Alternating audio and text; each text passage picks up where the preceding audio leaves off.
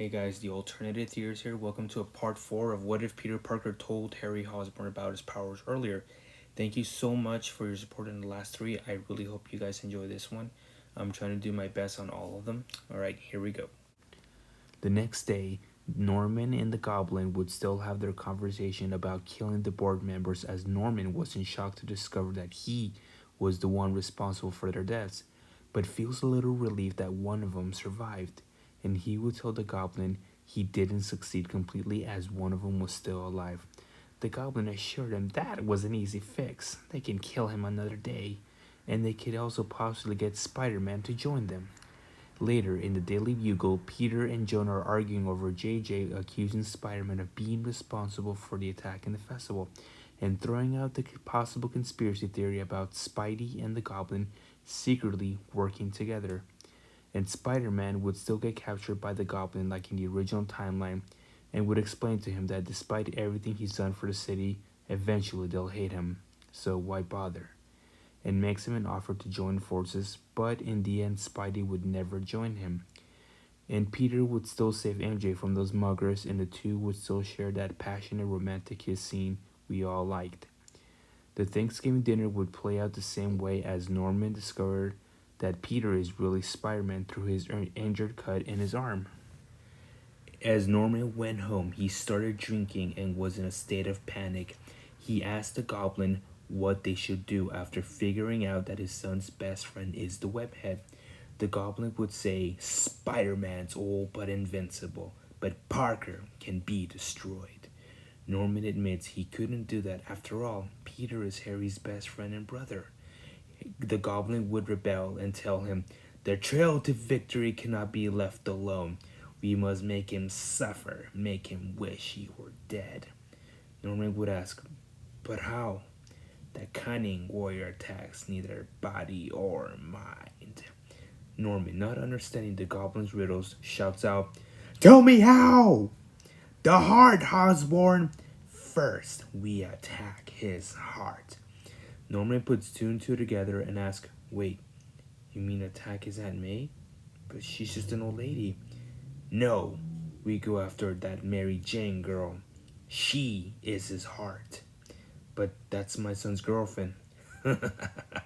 Oh, come on, Norman. You know that pathetic girl isn't even interested in Harry. Trust me, I can tell. I see the way she looks at him. So what do we do about her? We kill her? No, we enable her. And how we do that is by paying her a visit. As for dear old Aunt May, we will take care of her later. Norman in his head knew this was very wrong, but nodded his head in agreement. In this alternative timeline, instead of Aunt May, MJ would be the one the Goblin attacks first instead.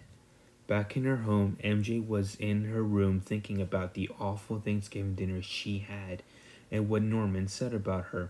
But what kept making her smile was that passionate kiss she had with Spider-Man in the dark, rainy night when he saved her from those muggers. But she also felt guilty because she knew that she basically cheated on Harry, even though she was having a hard time showing Harry the love that he wanted her to give. Because she knew her heart belonged to Spider-Man, but who was she kidding? It's not like the guy leaves his phone number in the phone book. But then there's Peter Parker, whom she kept having heart-to-heart moments with. MJ was confused and backed into a corner, but she knew she needed to end things with Harry because it just wasn't fair to Harry or herself. So she debated to call Peter and ask him to meet up with her outside of her backyard, or call Harry to meet up and end it with him. I'll call Peter and tell him to meet me at the Moon Coffee. I need to know how he feels. Just as MJ was about to phone Peter, she hears gunshots downstairs and her parents screaming and her dad begging for his life. Then suddenly, everything went quiet. MJ goes out of her room with a bat and she walks carefully, not making a sound. As she makes her way through the living room, she looks around until she froze in panic at the sight of her dead parents who were gunned down and the floor covered in their blood. She tried to call Peter until she was stopped. She turned around and saw it was a man in a dark green hoodie. and the shadow covering half of his face. MJ looked closer and thought that face looked familiar. Wait, why? Just as MJ was about to ask, the man cut her question. Hello, MJ. As the man spoke with a familiar and scary voice, he held up his gun. MJ tried to move, but the green hooded figure shot her in the back of the spine. However, he didn't hit it completely, but the bullet only scratched the spine, leaving her with no movement. He left her bleeding on the floor badly as he walked away laughing evilly in the dark, misty night. Hey guys, thank you so much for watching this video, and if, like I always say, if you made it through this video, you are truly ace. Please like and subscribe. Share this video on other social media platforms. Help me get across as the cyber world. Share it with many people who are new to fan fictions.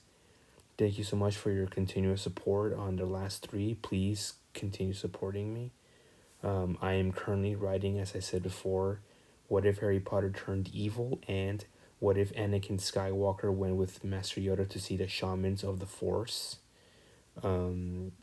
I'll try to get those done as soon as I can, because they get pretty good. They're gonna be like a part-to-part video. But thank you again for the continuous support, guys. Keep sharing this video to other people. The more likes and subscribers I have, the more I'll continue doing these videos. This is the alternate theorist, but you know something? I won't be the alternate theorist forever. I'm thinking about changing it to the multiverse theorist or the multiverse watcher. I don't know, what do you guys think? But please like and subscribe. Tell me what I can do to improve my videos. Thank you so much again. You guys have a good day. I know that last year has been tough, but we can all make it through. All right, guys. Peace out.